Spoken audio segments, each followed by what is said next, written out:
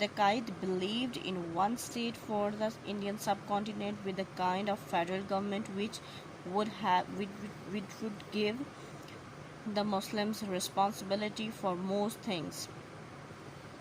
In the areas where they formed the bulk of population, یعنی جو قائد اعظم ہے پہلے ان کا ماننا یہ تھا کہ ایک مسلمان اور ہندو تمام جو سے مل جل کے سب کانٹیننٹ پہ بر صغیر میں رہیں اور ایک فیڈرل گورنمنٹ ہو، یعنی ایک مرکزی حکومت ہو جو اس پورے علاقے پہ حکومت کرے، اور جو مسلمان ہیں جن علاقوں میں ان کی آبادی زیادہ ہے، ان علاقوں میں جو سا ہے وہ ساری جو ذمہ داری ہے وہ مسلمان اپنی خود سے پوری کریں، انٹرنل جو بھی ذمہ داریاں ہوں گی وہ. But steadily he was driven to the belief that this just would not work. لیکن آہستہ آہستہ انہیں اس بات پہ یقین ہو گیا، وہ اس بات پہ چلے آئے کہ جو مسلمانوں کے لیے یہ چیز جو سا ہے قابل قبول نہیں ہوگی، یہ کام نہیں کرے گی، یعنی ہمیشہ یہاں لڑائی جھگڑے ہی رہیں گے. The Hindus after independence would just take over all power. یعنی آزادی کے بعد جو ہندو ہیں وہ ساری کی ساری جو پاور ہے، وہ اتھارٹی ہے، وہ اپنے پاس رکھ لیں گے، اپنے پاس ان کے پاس ہوگی. Congress had suggested that independence be obtained first and the Muslim Hindu problem sorted out later. یعنی کانگریس کا یہ کہنا تھا کہ پہلے آزادی حاصل ہو جائے، پھر بعد میں ہندو مسلم جو مسائل ہیں وہ ان کو دیکھ لیں گے. But mister Jinnah realized at once the British were not there to keep a controlling hand on the situation.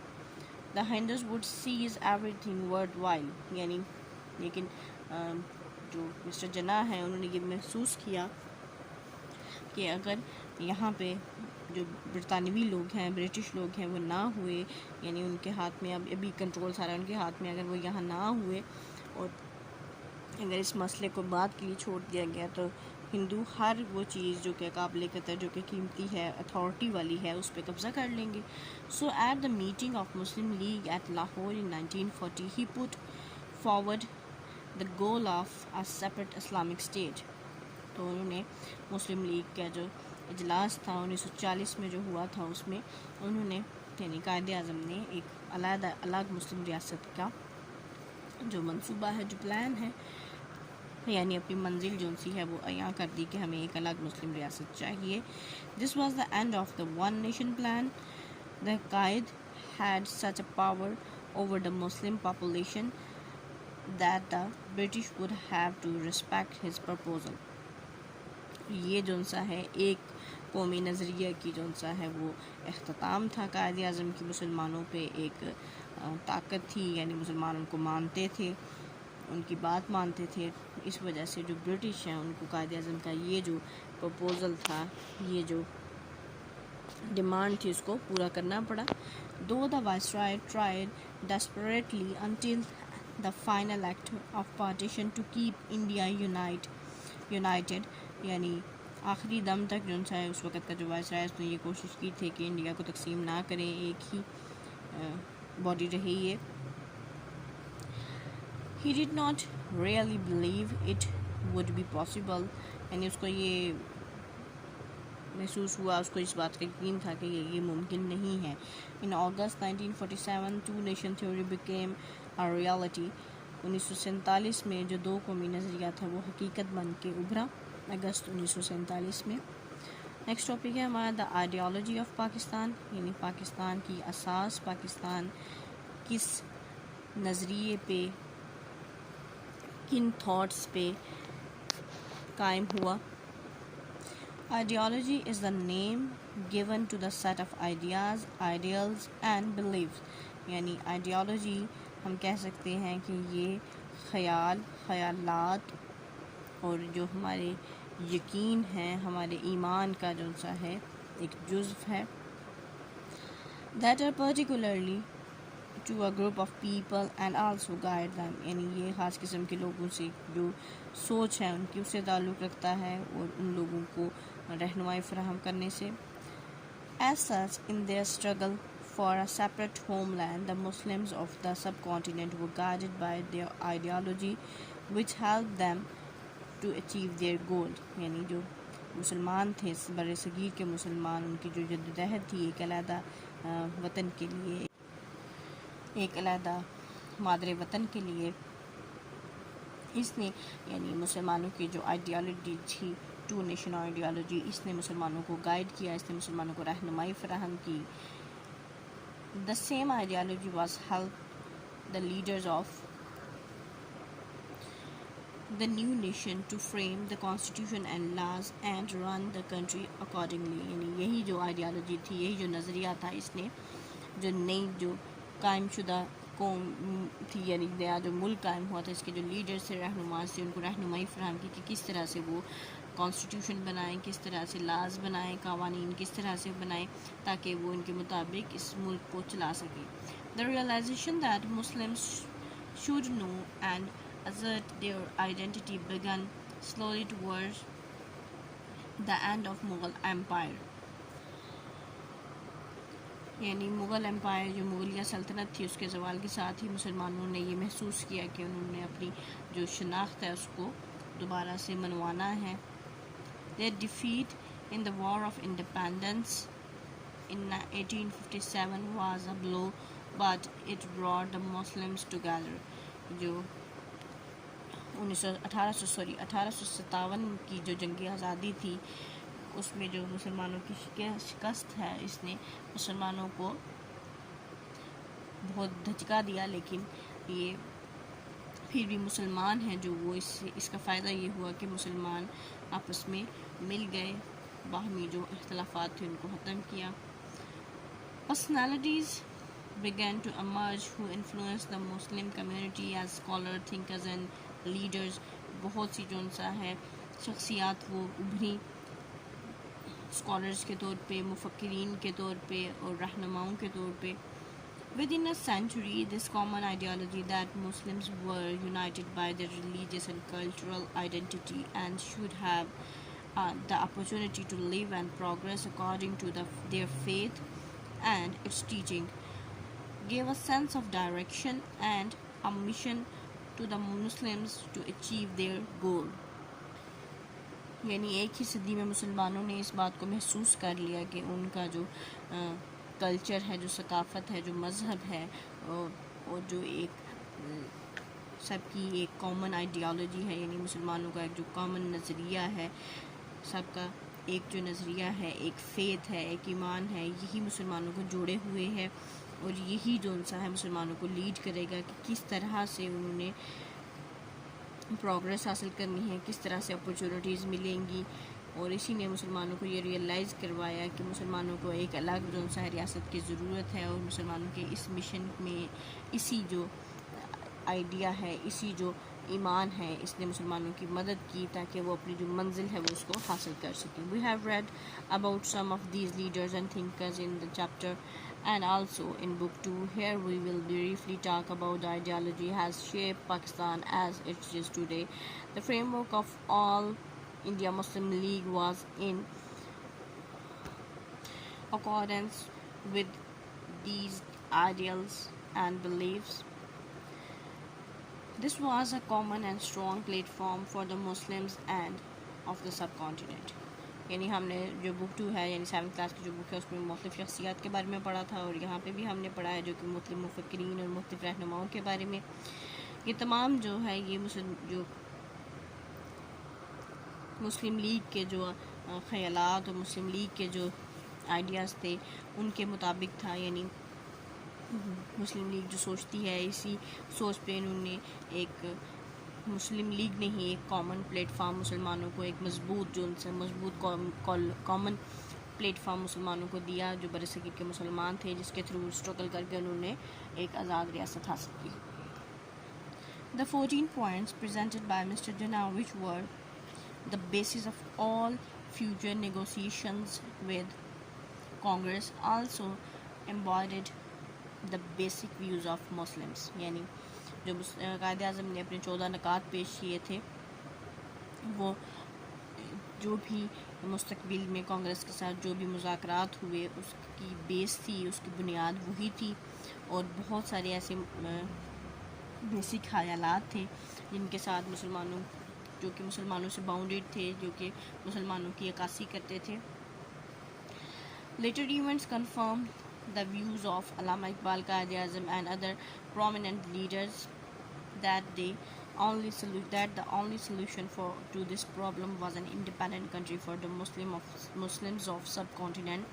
بعد میں ان تمام حالات میں جو کہ قائد اعظم کے تھے، علامہ اقبال کے تھے، اور بہت سارے جو رہنما تھے جو کہ سامنے منظر عام پہ آئے، ان کے خیالات میں جو سا ہے اس چیز کی عکاسی کی اور یہ بتایا کہ یہ جو مسئلہ ہے اس کا حل صرف اور صرف ایک آزاد مسلم ریاست ہی ہے، جو کہ بر صغیر میں جس کا قیام ناگزیر ہے، یعنی بہت ضروری ہے.